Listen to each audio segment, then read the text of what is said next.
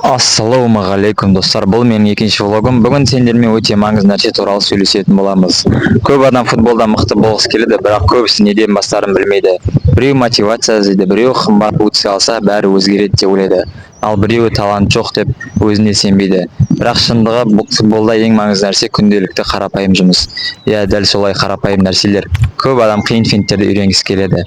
Әдемі гол соққысы келеді, бірақ база жоқ болса ештеңе де шықпайды. Мысалы, қарапайым пас, қарапайым доп қабылдау, екі аяқпен ойнау, допты сезіну. Осылар мықты болмаса, сен ойын кезінде өзіңе сенімсіз боласың. Сол үшін бүгін сендерге техникаңды 30 күнде қатты өзгертетін қарапайым әдістер туралы айтатын боламын. Бірінші нәрсе, күнде доппен жұмыс істеу. Тіпті 20 минут болса да, көп адам уақытым жоқ дейді. Бірақ телефонда отырып тикток қарап кетсең, уақыттың қалай кеткенін байқамай қаласың. Ал сол уақыттың кішкене бөлігін футболға бөлсең, нәтиже міндетті түрде болады. Сен күнде доппен жүрген сайын аяғың допқа үйренеді, контроль жақсарады, өзіңе деген сенімділік пайда болады. Екінші маңызды нәрсе екі аяқпен жұмыс. Яғни көп футболшы тек оң аяқпен немесе тек сол аяқпен ойнайды. Сол үшін қарсылас бірден байқап қояды.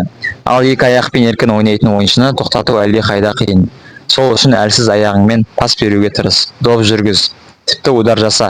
Басында күлкілі көрінуі мүмкін, қателесесің, бірақ дәл сол қателік сені өсіреді. Үшінші нәрсе, қателесуден қорықпау. Көп адам тренировкада финт жасауға ұялады. Ұят болып қалады деп ойлайды. Бірақ бәрі бірден мықты болып кеткен жоқ. Десең, тіпті профессионал футболшылардың өзі кезінде қателескен. Ең бастысы әрекет жасау. Сен қазір әлсіз болып көрінуің мүмкін. Мүмкін техникаң ұнамайтын шығар, бірақ егер тоқтамай жұмыс істейтін болсаң, бір күні нәтиже міндетті түрде болады.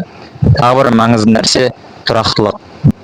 Бір күн тренировка жасап, бір ай демалып кетсең, даму болмайды. Кішкентай болса да күнделікті жұмыс істеу керек. Мысалы, 10 күнде 30 минут дриблинг, 10 минут жонглировать ету, қабырғаға пас беру. Осылардың өзі сенің ойыныңды өзгерте бастайды. Қазір трактор өтіп кетсін, трактор. Осылардың өзі сенің ойынды өзгерте бастайды. Көп адам мотивация күтеді, бірақ чемпиондарды чемпион ететін нәрсе не? Әрине мотивация емес, дисциплина, яғни тәртіп. Көңіл күй болмаса да жұмыс істеу, шаршасаң да тоқтамау. Себебі бір күні сен артқа қарап, қазіргі өзіңнен әлдеқайда мықты болғаныңды көресің. Және тағы бір нәрсе айта кетейін. Өзіңді ешкіммен салыстырма. Біреу сенен мықты болуы мүмкін, бірақ сен кешегі өзіңнен жақсырақ болсаң, оның өзі өте жақсы. Кішкентай қадамдардың өзі үлкен нәтижеге алып келеді. Мүмкін дәл қазір осы видеоны көріп отырған адамның ішінде болашақ футболшы отырған шығар. Сол үшін өзіңе сен, жұмыс істе, және де ешқашан тоқтама. Егер осындай футбол контенттері ұнаса, лайк басып каналға тіркеліп кетіңдер. Алда бұдан да күшті видеолар болады. Келесі кездескенше сау болыңыздар.